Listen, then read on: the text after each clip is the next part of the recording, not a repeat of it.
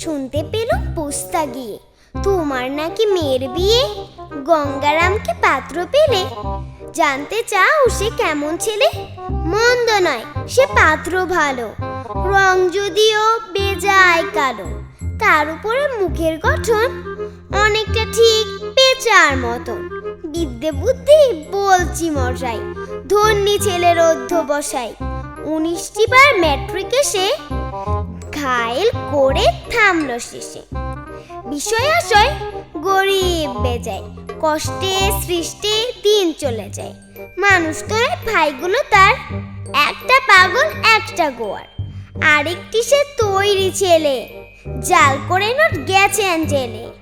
কনিষ্ঠটি তবলা বাজায়, যাত্রা দলে 5 টাকা পায়। গঙ্গারাম তো কেবল ভোগে পিলের জড়ার পাণ্ডুরোগে। কিন্তু তারা উচ্চ ঘর, কংসরাজের বংশধর।